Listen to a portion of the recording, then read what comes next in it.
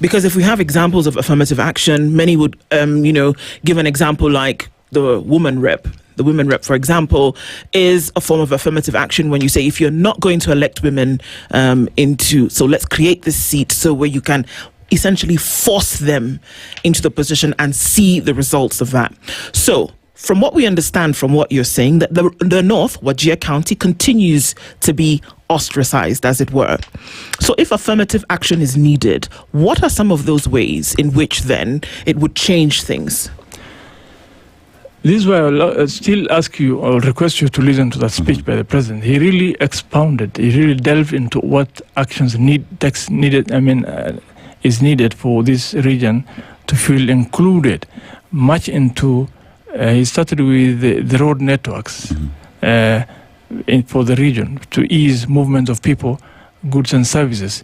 We thank him for putting in place measures to ensure that the road from Isiolo all the way to Mandera will be somehow realized in the next few years, patches of which are already ongoing, and we expect the few patches that are remaining between Mundugashi and Samatar, and from Mandera to Ramo to be started soon.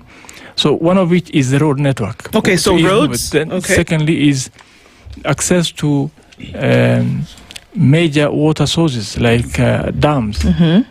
Not just the boreholes we drill here and there, but major dams for agricultural purposes. And how can that be done?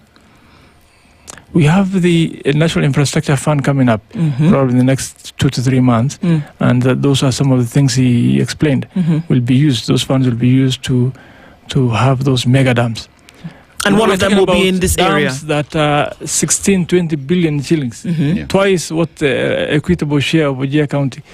We have one upcoming in North, Wajir North, which is in Buta Dam, which is about 16 or thereabouts, 16-17 billion shillings. We need such dams, many of which about 50 of them are put in place, plans are in place for the same. We equally need connections to the national grid to spur modernization, to spur manufacturing to take root in Wajir County in particular, and the North in general. So these are some of the affirmative actions that county governments cannot do. We are talking about projects that are worth billions, tens of billions of shillings that can only be done by the national government, not by county government. So what I'm hearing you say is that because of the 108 years of exclusion that has been acknowledged by a number of people, that the North, and we'll use Wajir as an example this morning, needs a boost beyond the money that counties get, that Wajir, for example, needs a boost so that we can now start to catch up.